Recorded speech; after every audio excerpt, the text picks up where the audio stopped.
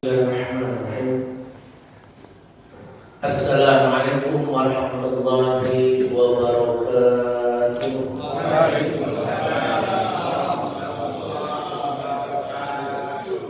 Alhamdulillah. Alhamdulillah rabbil alamin.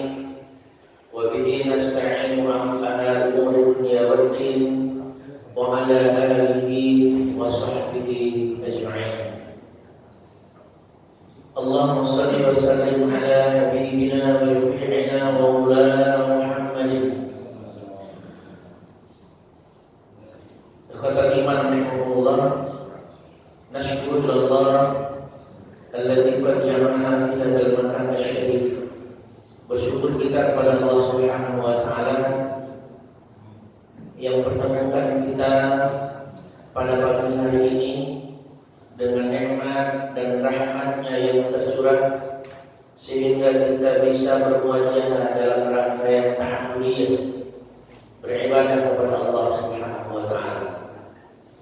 Salawat dan salam semoga senantiasa tercurahkan kepada baginda Rasulullah Nabi Muhammad sallallahu alaihi wasallam. Allahumma shalli wa sallim wa barik alaihi. Nastaqir durusana fi kitab al-hadis Riyadhus Shalihin An-Nawawi wal an fi bab min al-muhafazati 'ala al-a'mal. Kita akan lanjutkan kajian hadis kita dan sekarang masuk kepada tema bab tentang menjaga amal-amal kebaikan.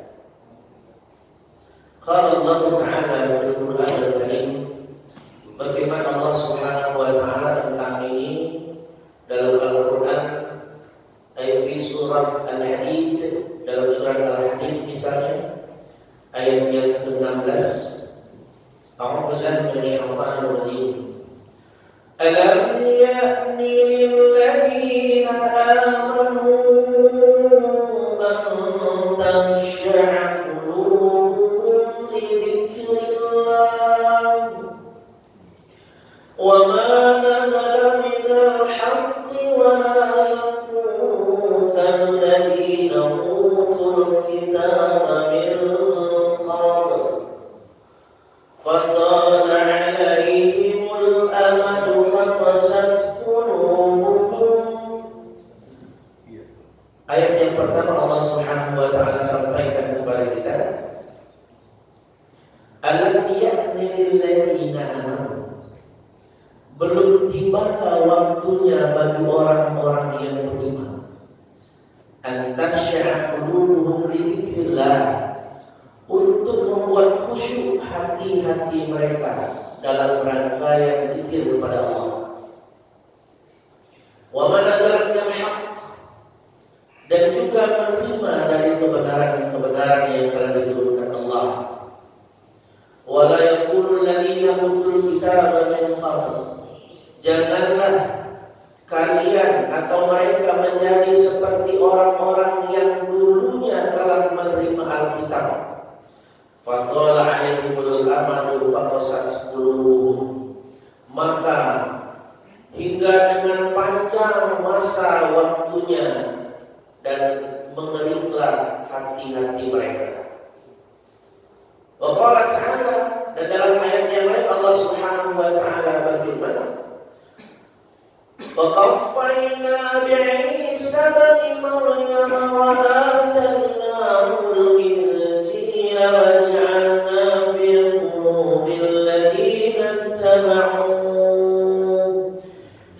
qulubil ladzina ittaba'u rahmatan wa rahbaniyah ibtada'uha ma katabnaha 'alaihim illa ibtigha'a ridwanillah fama ra'awha haqqa ri'ayatiha.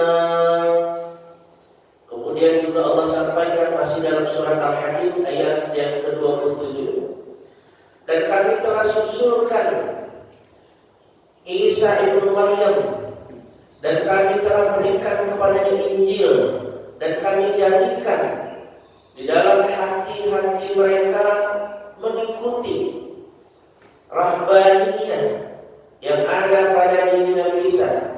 Ibtada'uha ma katabna. Mereka mengikutinya sesuai dengan apa-apa yang telah kami tuliskan di dalamnya. Mereka mengejar ridha Allah Subhanahu wa ta'ala. Ikhwatal iman rahimahullah. Banyak ayat-ayat lain lagi yang berkaitan dengan perintah Allah Subhanahu wa ta'ala agar kita meriayat, memelihara amal-amal kebaikan yang telah kita lakukan. Sebagaimana misalnya di dalam surat An-Nahl ayat 92, "Wala takunu kalladziina qadat ghaslaha min ba'di quwwatin ankatha." Kata Allah, janganlah kalian menjadi seperti perempuan yang membuka atau mengurai kembali benang-benang yang telah mereka pintal. Jangan seperti perempuan yang mengurai kembali benang-benang yang sudah mereka pintal dengan kuat.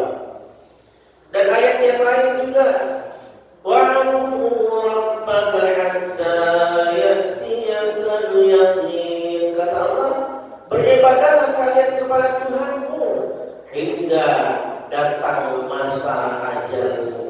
Karena al-yaqin di sini adalah kematian maksudnya. Kata Imam Rahimahullah, ayat yang terakhir ini dalam surat Al-Hijr ayat 99 memberikan sebuah rangkaian penuntut kepada kita bahwasanya kita tidak boleh berhenti dalam rangkaian beribadah kepada Allah Subhanahu wa ta'ala bahkan sampai dengan kematian kita. Sehingga dalam Al-Quran juga Allah sampaikan perintah tentang takwa, misalnya, ya ayyuhalladzina amanu taqullaha haqqa tuqatih wa la tamutunna illa wa antum muslimun. Kata Allah, wahai orang-orang yang beriman, bertakwalah kalian kepada Allah Subhanahu wa ta'ala dengan takwa yang sebenarnya, dan janganlah kalian mati kecuali dalam keadaan berislam, kecuali dalam keadaan berserah diri kepada Allah Subhanahu wa ta'ala. Ayat ini memiliki makna yang serupa dengan perintah Allah tadi, wa'bud rabbaka hatta ya'tiyakal yaqin. Beribadah kepada Allah Subhanahu wa ta'ala hingga sampai dengan datang ajal kalian. Kata Imam Rahimahullah, amal hadis, sedangkan hadis yang membahas tentang perintah Rasulullah untuk memelihara amal-amal kebaikan kita itu banyak. Hadis yang pertama, ya, faminha hadithu Aisyah. Hadis yang ditakhrij oleh Aisyah radhiyallahu anha. Apa kata beliau? Wa kana ahabbud dini ilaihi ma dawama sahibuhu alaihi wa qad sabaqa fil babi qabla. Disampaikan oleh Aisyah radhiyallahu anha, dan amal ibadah ataupun dan ajaran agama yang paling ahabbu, habba yuhibbu, ahabbu ismu tafdil, artinya yang paling dicintai oleh Allah Subhanahu wa ta'ala, ilaihi madawama sahibuhu alaihi, yakni amal yang didawamkan oleh orang yang melaksananya. Allah Subhanahu wa ta'ala tidak meminta amal kebaikan yang kita lakukan itu banyak-banyak, tapi yang diminta dan disukai oleh Allah itu adalah meskipun sedikit tapi tetap kita lakukan, atau dikenal dengan istilah istiqamah. Pada bab sebelumnya kita sudah bahas tentang istiqamah. Sekarang al-muhafadzatu 'alal a'mal, memelihara kebaikan-kebaikan yang kita lakukan. Ini memiliki makna yang serupa ibadah Allah. Dawam ataupun istiqamah merupakan sebuah pekerjaan yang terus-menerus yang dilakukan dalam rangkaian berbuat kebaikan kepada Allah Subhanahu wa taala. Mendawamkan, mengistiqomahkan amal ibadah itu momennya pas sekali seperti Ramadan yang saat ini sedang kita berada di dalamnya. Mulai dari Ramadan ini kita berusaha untuk mendawamkan amal kebaikan yang telah kita buat. Karena pada hakikatnya Ramadan itu adalah tarbiyatullah, pembinaan langsung dari Allah Subhanahu wa taala. Bayangkan ada ibadah kita yang dituntun oleh Allah dilakukan 1 bulan penuh, gitu ya. Dilakukan 1 bulan penuh kecuali terus Ramadan 1 bulan kita diproses oleh Allah Subhanahu wa taala. Kata Imam Rahimahullah, pada pertemuan yang lalu tarawih sudah saya sampaikan betapa Allah Subhanahu wa taala memberikan didikan-didikan kepada kita dengan puasa yang kita lakukan. Bagaimana kita dididik untuk meninggalkan yang dilarang Allah, bagaimana kita dididik untuk taat hanya kepada Allah, bagaimana kita dididik untuk mampu mengendalikan hawa nafsu kita. Kemudian kita juga dididik bagaimana untuk membangun rasa empati dan simpati kita kepada saudara kita yang kekurangan. Itu ada di dalam Ramadan. Sehingga puasa itu tidak serta-merta menjadikan diri kita bertakwa kepada Allah, kecuali apabila kita memahami betul apa yang ada di dalam puasa yang kita lakukan. Apa nilai-nilai puasa yang bisa kita tegakkan? Kata Imam Rahimahullah, salat saja bisa disampaikan oleh Allah, inna sholata tanha anil fahsya'i wal munkar. Sesungguhnya salat itu dapat mencegah perbuatan keji dan munkar. Tapi apakah betul serta-merta salat itu mencegah perbuatan keji dan munkar? Belum tentu. Ketika nilai-nilai salat itu tidak kita aplikasikan dalam kehidupan kita, maka tidak akan terjadi rumus mencegah perbuatan keji dan munkar itu. Begitu juga puasa yang kita lakukan saat ini. Kata Allah, la'allakum tattaqun. Dengan puasa menjadikan kita bertakwa. Tidak serta-merta puasa itu membuat diri kita bertakwa, kecuali nilai-nilai puasa itu sudah kita laksanakan dalam kehidupan kita sehari-hari. Oleh karena itulah yang kata Imam Rahimahullah berkenaan dengan muhafadzatu 'alal a'mal ini, banyak sekali hadis yang menganjurkan kita ya untuk beribadah kepada Allah Subhanahu wa taala secara mudawamah, secara istiqamah. Wabil khusus di Ramadan yang kita sedang berada di dalamnya. Banyak sekali motivasi dari Rasulullah SAW agar kita itu istiqamah. Misalnya salah satu hadis, kalau Rasulullah SAW, "Atakum Ramadan syahrul barakah." Telah datang kepada kalian bulan Ramadan, bulan yang penuh berkah Allah Subhanahu wa taala. Allah beri jaminan Ramadan ini bulan penuh dengan keberkahan. Kenapa? Karena di dalamnya orang beriman beribadah kepada Allah Subhanahu wa taala. Arti berkah itu adalah kebaikan. Artinya sesuatu yang diberkahi adalah ketika sesuatu itu menambah kebaikan, menambah ketaatan kita kepada Allah Subhanahu wa taala. Dan itu ada di bulan Ramadan. Hari-hari kita berkah. Kenapa? Karena dalam bulan Ramadan hari-hari kita diisi dengan kebaikan yang terus-menerus. Puasa, sedekah, gitu ya. Tadarus Al-Quran, qiyamul lail, tarawih yang kita lakukan. Harta kita di bulan Ramadan ini menjadi berkah. Kenapa?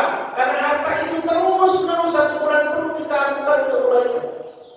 Kita belanjakan untuk infak, kita belanjakan untuk sedekah, kita belanjakan untuk berbuka puasa, kita belanjakan untuk sahur.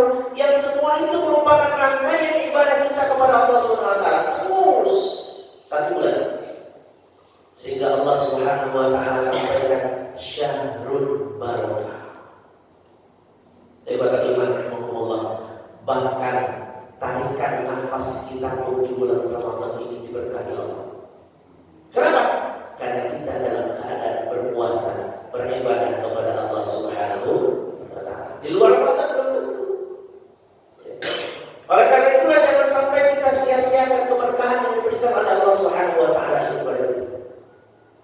Apapun yang bisa kita buat, apalagi sekarang kita sudah masuk ke dalam hari yang ke-11 atau 12? Ke-11. Ya. 10 hari terakhir babak kedua. Ya.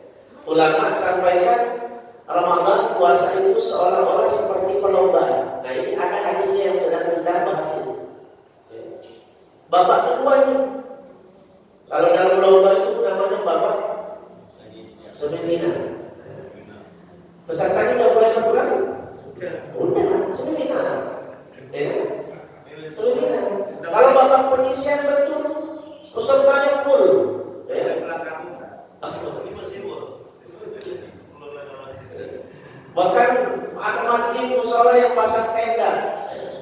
Sewanya 1 bulan itu tenda. Tapi dipakainya setengah bulan doang. Setelah itu kosong. Kata Imam Rahimahullah, itu babak semifinal.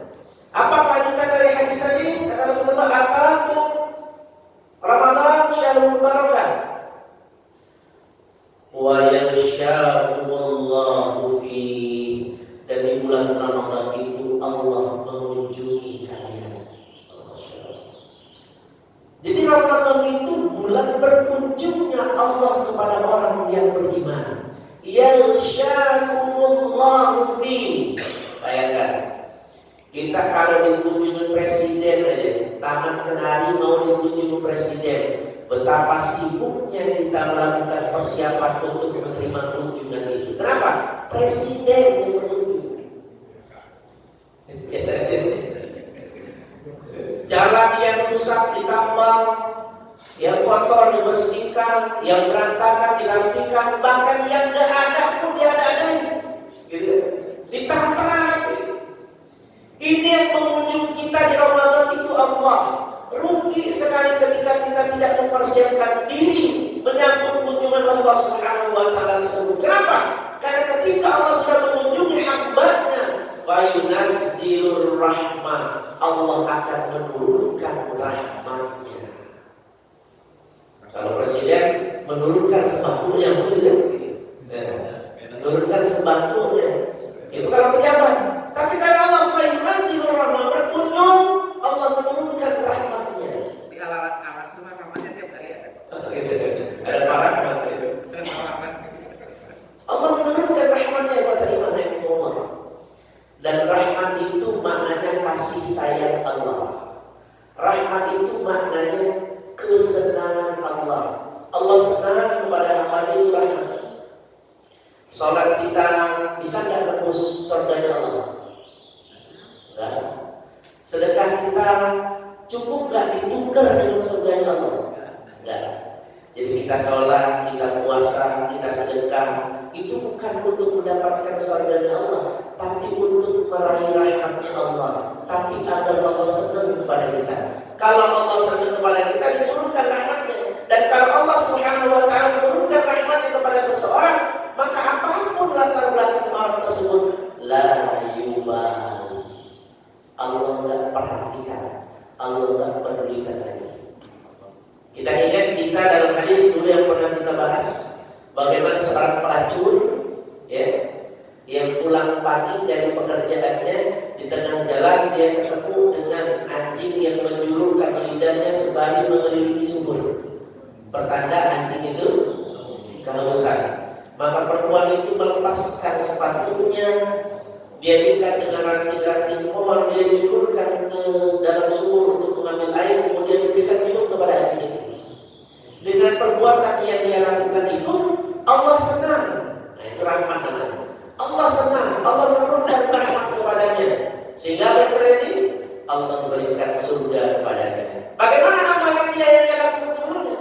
La yubal, Allah tak peduli kalau Allah senang. Ya. Sama seperti orang tua yang senang dengan anaknya. Ketika kita senang dengan anak kita, apa yang kita lakukan? Semua kita kasih, gak usah diminta, ya, karena kita sayang. Nah, bulan Ramadan ini Allah menurunkan rahmatnya kepada kita. Oleh karena itu, jangan sampai kita tidak kebagian rahmat Allah itu. Ya, karena rahmat Allah Subhanahu wa taala ganjarannya adalah surga. Ikhwatal iman rahimakumullah, Allah. Kemudian kata Rasulullah, wa yakhuttul khuta. Dalam bulan Ramadan itu diampuni dosa-dosa kita. Tapi ingat, dosa yang kita lakukan itu hanya mengampunkan dosa-dosa kecil. Maka agar diangkat satu paket, bukan hanya dosa kecil tapi juga dosa besar, maka kita jadikan Ramadan ini sebagai momen taubat kita kepada Allah Subhanahu wa taala. Perbanyak istighfar. Maka salah satu doa yang diajarkan oleh Rasulullah di bulan Ramadan ini, Allahumma innaka afuwwun tuhibbul afwa fa'fu anni. Ada ulama yang menambahkan, Allahumma innaka afuwwun karim, gitu ya. Tuhibbul afwa fa'fu anni ya karim. Ada yang namanya begitu? Enggak apa-apa. Karena karim di situ maksudnya memuji nama Allah. Intinya sama. Ya Allah, sesungguhnya Engkau menyukai ampunan, ya, menyayangi ampunan. Fa'fu anni, maka ampunilah saya. Perbanyak itu. Jadi Rasulullah SAW itu sudah mengajarkan kita paketan diampuni dosa oleh Allah Subhanahu wa taala. Cuma terkadang kita aja yang nggak paham. Betul memang puasa mengampuni, menghapuskan dosa-dosa kecil. Kata Rasulullah, saya ajarkan doanya, saya ajarkan bacaan taubatnya. Maka dimaknullah. Oleh karena itulah kita jadikan. Mobil khusus kita sudah masuk malam 11, banyak zikir. Paling tidak istighfar. Astaghfirullahaladzim. Alat akal astaghfirullah. Paling sedikit itu kita ucapkan kepada Allah Subhanahu wa taala. Atau kita bisa juga baca sayyidul istighfar. Allahumma anta rabbi la ilaha illa anta khalaqtani wa ana 'abduka wa ana 'ala ahdika wa wa'dika mastata'tu ila akhir. Itu sayyidul istighfar. Intinya perbanyak taubat dan mohon ampunan kita kepada Allah Subhanahu wa taala. Wa yakhuttul khuta. Karena Ramadan ini Allah menghapuskan dosa-dosa yang kita lakukan. Ibadah Allah. Kemudian kelanjutan dari hadis ini, wa yastajibu doa. Wa yastajibu doa fi. Dalam bulan Ramadan Allah mengampunkan, Allah mengabulkan doa-doa dan permintaan kita. Oleh karena itu, ya, kita banyak doa kepada Allah. Wabil khusus waktu-waktu yang mustajab untuk berdoa. Apa waktu yang mustajab? Kapan saja? Indal iftar, ketika berbuka puasa. Nah, itu waktu yang mustajab itu doa. Kemudian apa lagi?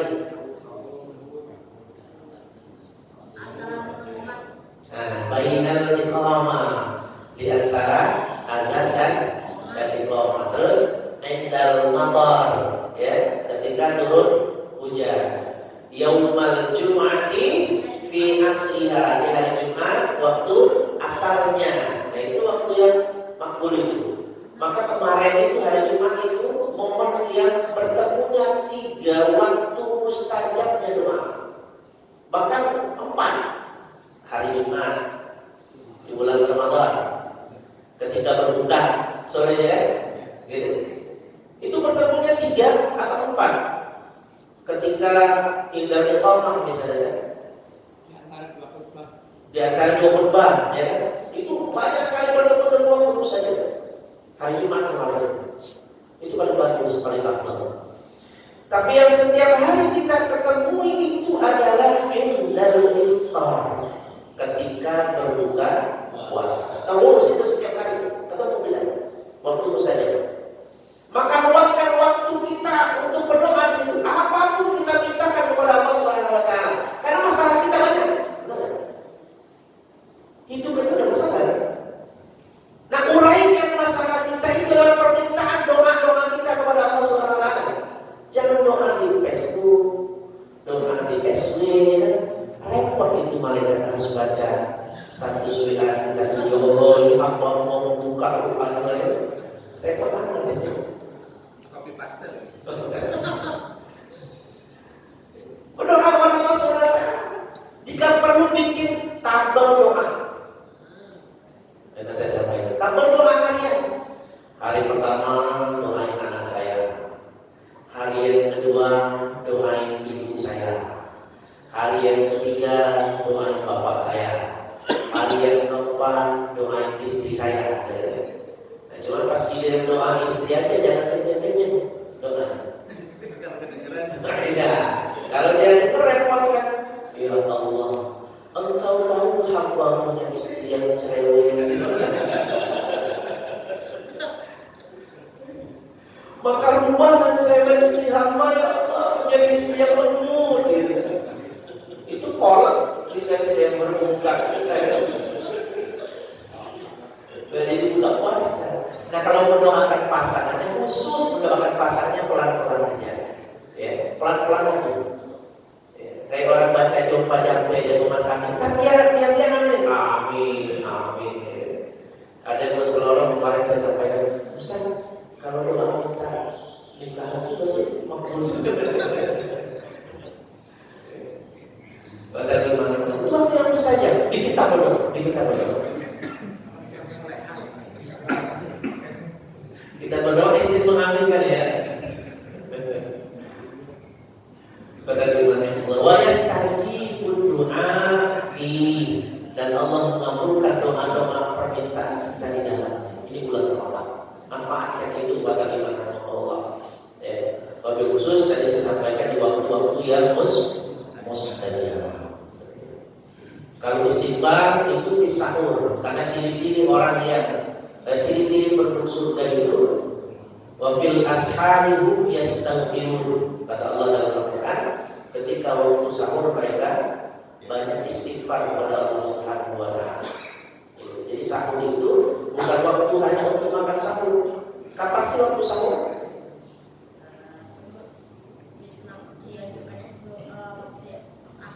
Nah, pas akhir sepertiga akhir waktu malam itu waktu sahur tuh. Berarti mulai dari jam 2 sampai menjelang subuh itu namanya ashar, waktu sahur. Dan waktu itulah kita makan sahur, dan waktu itulah kita perbanyak istighfar kepada Allah. Karena dalam Al-Quran dijelaskan ciri-ciri penduduk surga itu afil ashari hum yastaghfirun. Di waktu sahur mereka banyak istighfar kepada Allah Subhanahu wa ta'ala. Wa yastajibud du'a fi, Allah Subhanahu wa ta'ala mengabulkan doa-doa kita dalam bulan Ramadan. Selanjutnya apa kata Rasulullah sallallahu alaihi wasallam? Fayanzurullahu ila tanafusikum. Nah, inilah yang diambil oleh ulama tadi. Fayanzurullah, dan Allah melihat langsung. Nazar itu melihat dengan mata, gitu ya. Nah ini dikiaskan, dianalogikan seperti itu. Karena Allah melihat langsung. Fayanzurullahu ila tanafusikum, kata Rasulullah, Allah Subhanahu wa ta'ala melihat langsung perlombaan ibadah kalian. Gitu. Jadi ulama bilang ibadah di bulan Ramadan itu seperti perlombaan, ada dasarnya. Hadis yang menyampaikan demikian. Maka Allah melihat langsung perlombaan ibadah kalian. Jadi seolah-olah Ramadan, ibadah yang kita lakukan di bulan Ramadan seperti perlombaan. Maka saya bilang tadi, lomba tersebut tentu ada tahapan-tahapan. Ada babak penyisihan, babak semifinal, babak final. Kalau bicara lomba, kita mau menang, mau kalah. Pasti semua mau menang. Gak ada orang lomba saya niat kalah. Mana ada orang lomba itu? Pasti orang ikut lomba niatnya pengen menang. Kalau mau menang maka jaga tuh penyisihan. Kalau menjaga babak penyisihan lebih ringan. Tapi nanti begitu menjaga babak semifinal udah mulai agak berat. Begitu menjaga babak final ini yang lebih berat lagi. Ini lebih berat lagi. Karena di akhir-akhir Ramadan yang seharusnya diajarkan Rasulullah kita mengencangkan kain kita.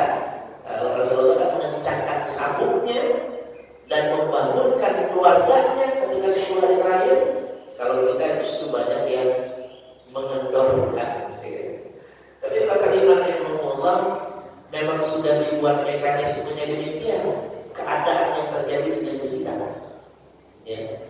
Karena libur yang panjang itu ya libur lebaran. Oleh karena libur lebaran itu panjang, dijadikanlah momen libur lebaran itu sebagai momen mudik lebaran.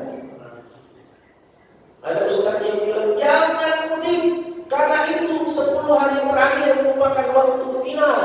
Saya tanya, ini ustaz tinggalnya di Jakarta, asli Jakarta, oh nggak punya kampung, bangsa kampung. Nggak punya kampung dia.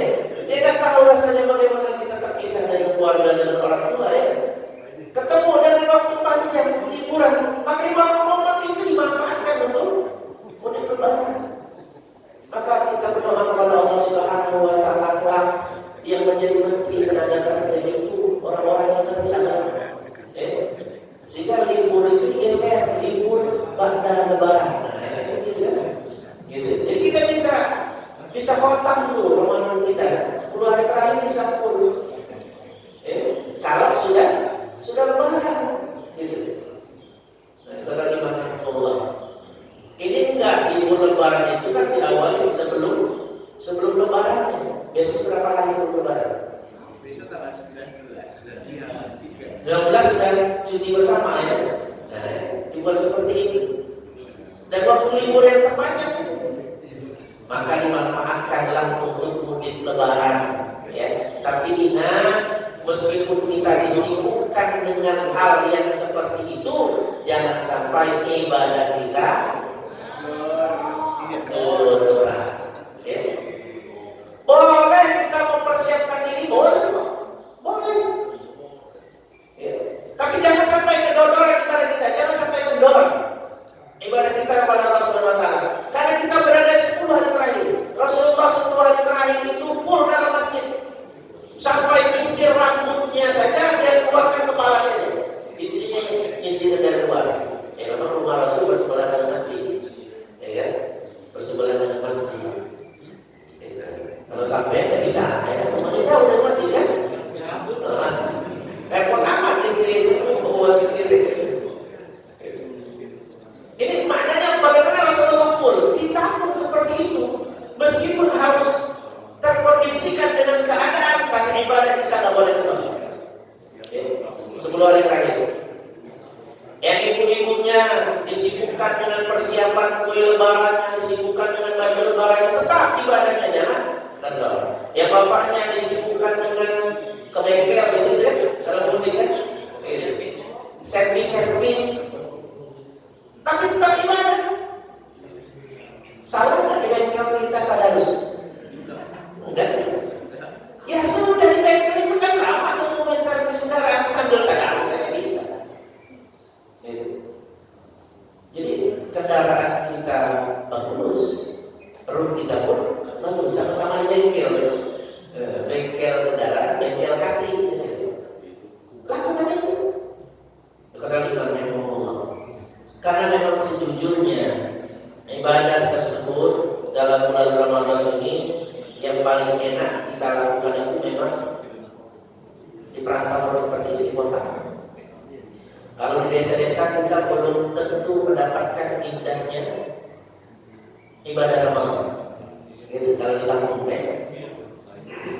saya kalau pulang itu kan sekarang selalu ke mertua saya di Istin, di Lampung.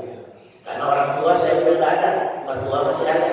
Jadi wajib silaturahmi pertama itu mertua. Di sana masih kampung sekali, Tahun kemarin saya pulang, itikaf itu saya di kota kabupaten. Jangan sama kayak saya di kota Bogor. Bawa kendaraan Istin. Di pasar Istin itu ada masjid yang melakukan itikaf. Padahal masjid-masjid besar di Surabaya. Termasuk di kampung mertua saya masjidnya besar. Sekarang diubah lagi masjidnya 2 lantai. Tapi itikaf belum ada. Jadi kalau kita kelamaan nggak keluar dari masjidnya, kalau kita malah curiga. Ngapain nggak keluar masjid? Awas apa gitu.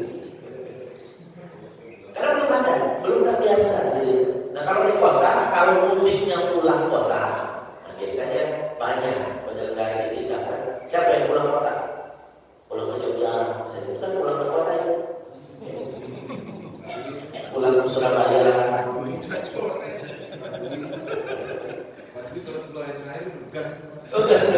Masuk gas mobil. Rugi kita. Meskipun kita sudah berada di kampung kita, masih 10 hari terakhir, manfaatkan momen itu. Jangan terlena dengan ketemu dengan sanak saudara, awas. Ini yang membuat kita terlena. Ketemu dengan tua, ketemu dengan bibi, ketemu dengan pak de, bude, ngobrol ngalor ngidul, ya kan? Sampai tarawih lewat, awas, hati-hati. Sampai tarawih lewat, awas, hati-hati. 10 hari terakhir apa? Nggak bisa tarawih di masjid, ya kalau nggak nyaman tetap aja tarawih. Kita bikin tarawih di rumah. Saya diprotes. Saya balik protes lagi. Karena saya tarawih masih sisa kan dari saya pulang itu 5 hari, masih sisa di sana. Saya sekali pulang tarawih di masjid, habis itu saya kapok, nyerah saya. Tarawih itu sebenarnya ekspres gitu kan. Itu peringat saya puasa gitu. Disuruh imam saya tidak mau bawa. Saya bilang saya belum tahu kebiasaan sini. Begitu saya tahu tarawih saya sekali doang saya tarawih di masjid. Ya. Habis sisa saya pulang ke rumah ngajak anak-anak tarawih di rumah sama takbir masjid. Saya ditanya, Ustaz, kok nggak tarawih di masjid lagi? Saya bilang kecepatan tarawihnya. Saya biasanya pakai ekonomi ini. Tarawihnya kecepatan. Belum sempat kita bangun dari rumah, soalnya udah sujud ya. Kalau ikut puasa badan ya, mana masjid tidak ada AC kita ya. Sebenarnya agak cepat. Saya tawarkan saya jadi imam, tapi dengan cara bacaan saya nggak mau juga kan. Ya sudah, saya bilang karena nggak mau ya sudah. Saya taruh di rumah saya dengan anak-anak saya. Jadi saya kalau pulang itu paling sekali doang tarawih. Kalau sholat wajibnya saya tetap ke masjid kan bisa. Habis itu kan ada wirid segala macam itu kan bareng-bareng. Nah itu saya pulang. Maka Allah. Jadi memang indahnya ibadah itu ketika di rumah. Manfaatkan itu. Manfaatkan itu. Karena kalau di kampung banyak sekali halangan rintangan kita untuk beribadah. Fayanzurullahu ila tanafusikum. Allah Subhanahu wa taala melihat perlombaan lomba ibadah kita dalam bulan Ramadan ini. Jangan sampai kita kalah. Jangan sampai kesibukan mudik kita dikalahkan Ramadan kita. Kesibukan Ramadan kita dikalahkan dengan kesibukan mudik kita. Mudik boleh, tapi ibadah tetap jalan. Yang pertama, agar mudik kita itu menjadi ibadah ringan, kepulangan kita ke kampung niatkan untuk silaturahim. Jangan punya niat yang lain. Niatkan silaturahim. Ya. Maka kalau kita niatkan untuk silaturahim, apapun yang kita keluarkan di jalan mudik kita, insya Allah bernilai pahala di sisi Allah Subhanahu wa taala. Habis duit kita buat ongkos, bernilai pahala. Habis uang kita buat persiapan mudik, harta dengan THR-nya, bernilai pahala. Dengan catatan niatnya silaturahim, bukan niat pamer kesuksesan. Reuni. Ada yang begitu, biar dikatakan sukses di perantauan, yang nggak ada diada-adain, HP aja diganti yang baru, model baru dulu. Ntar balik lagi ke Bogor, HP-nya dijual.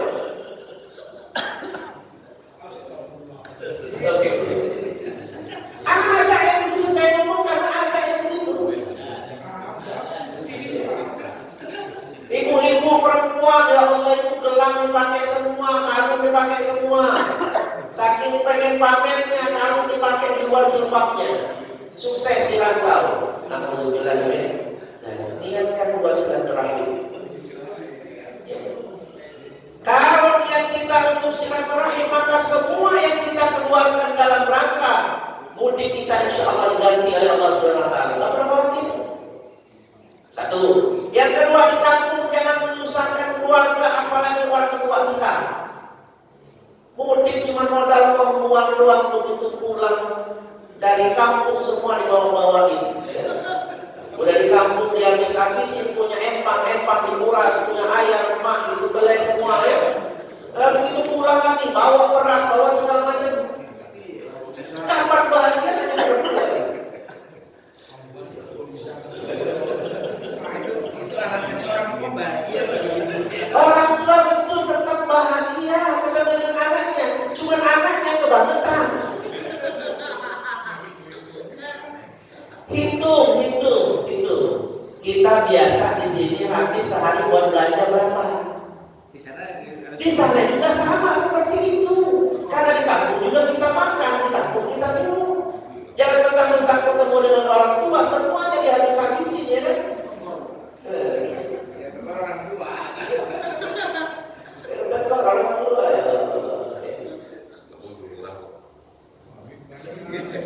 Apalagi pulang kita itu kan sekali-sekali doang. Setahun cuma sekali ya habis nggak apa-apa. Dengan kita yang silaturahim tadi, saya bilang nanti tiga oleh Allah. Tapi niatnya silaturahim. Yang ketiga, niatkan mudik kita itu untuk apa namanya? Membahagiakan orang tua. Gitu ya. Niat silaturahim. Yang ketiga, niatkan untuk membahagiakan orang tua kita, menyenangkan hatinya. Yang masih ada orang tua ya. Ya kalau nggak ada orang tua kan ada tante, ada pak de, bude sama. Ya. Niatkan untuk menyenangkan mereka, membahagiakan mereka selagi mereka masih ada. Jadi kalau kita berkorban, ya wajib. Nggak apa-apa kita keluarkan. Kapan lagi kita bisa membahagiakan mereka, mumpung mereka masih ada. Niatkan seperti itu. Insya Allah ketika kita niatkan seperti itu, Allah akan berikan keberkahan harta kita. Allah akan gantikan semuanya. Dengan catatan di awal nawaitunya harus silaturahim. Yang kedua, ketika kita berada di kampung, ya, kita jadikan wasilah silaturahim tersebut dalam rangka untuk membahagiakan orang tua kita. Kata Imam Rahimahullah, "Fayanzurullahu ila tanafusikum," kata Rasulullah. Allah itu melihat langsung perlombaan dari ibadah yang kalian lakukan. Kemudian hadis ini ditutup dengan sebuah kalimat ancaman Rasulullah yang mengatakan, "Fa inna syaqi man la rahima rahmatullah." Maka sesungguhnya orang yang sengsara itu adalah orang yang tidak mendapatkan rahmat Allah di bulan Ramadan. Alhamdulillah tidak.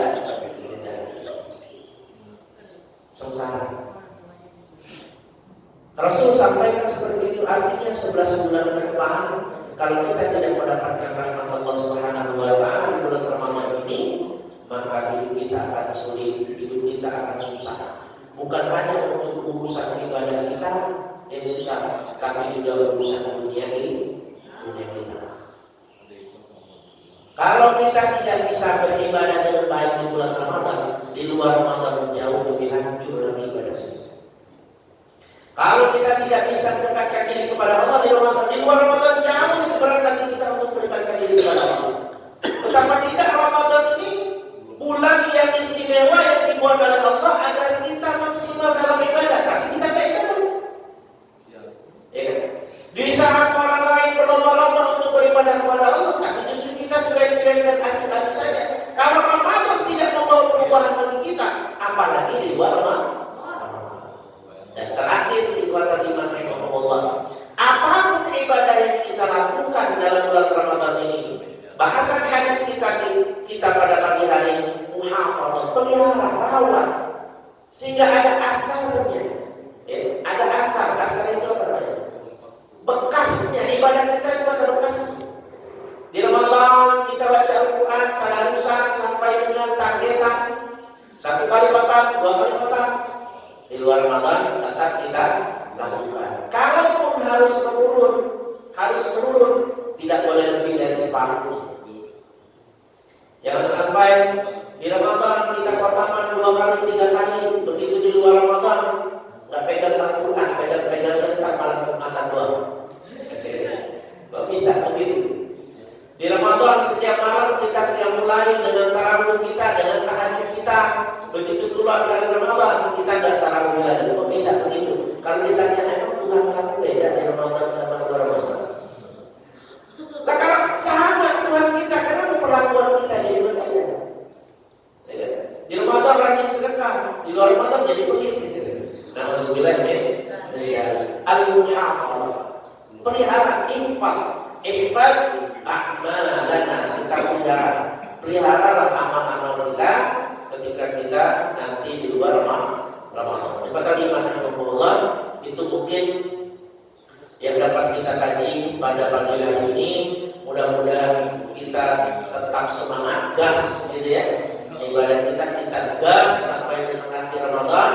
Apapun halangan rintangan yang menghadap, tetap ya kita gas pol agar kita mendapatkan rahmat Allah Subhanahu wa taala. Rasulullah sallallahu alaihi wasallam sampaikan ya dalam sebuah hadisnya, kam min sha'imin laisa lahu min siyamihi ilal ju' wal 'athas. Senada hadis ini dengan yang kita baca tadi. Apa kata Rasulullah? Betapa banyak orang yang berpuasa tapi tidak mendapatkan apa-apa kecuali lapar dan dahaga. Na'udzubillah min dzalik. Kita targetkan untuk mendapatkan rahmat Allah Subhanahu wa taala. Aqulu qouli hadza astaghfirullah li wa lakum. Nanti pikiran doa subhanallahumma wa bihamdika asyhadu an la ilaha illa anta astaghfiruka wa atubu ilaik. Akhirul kalam billahi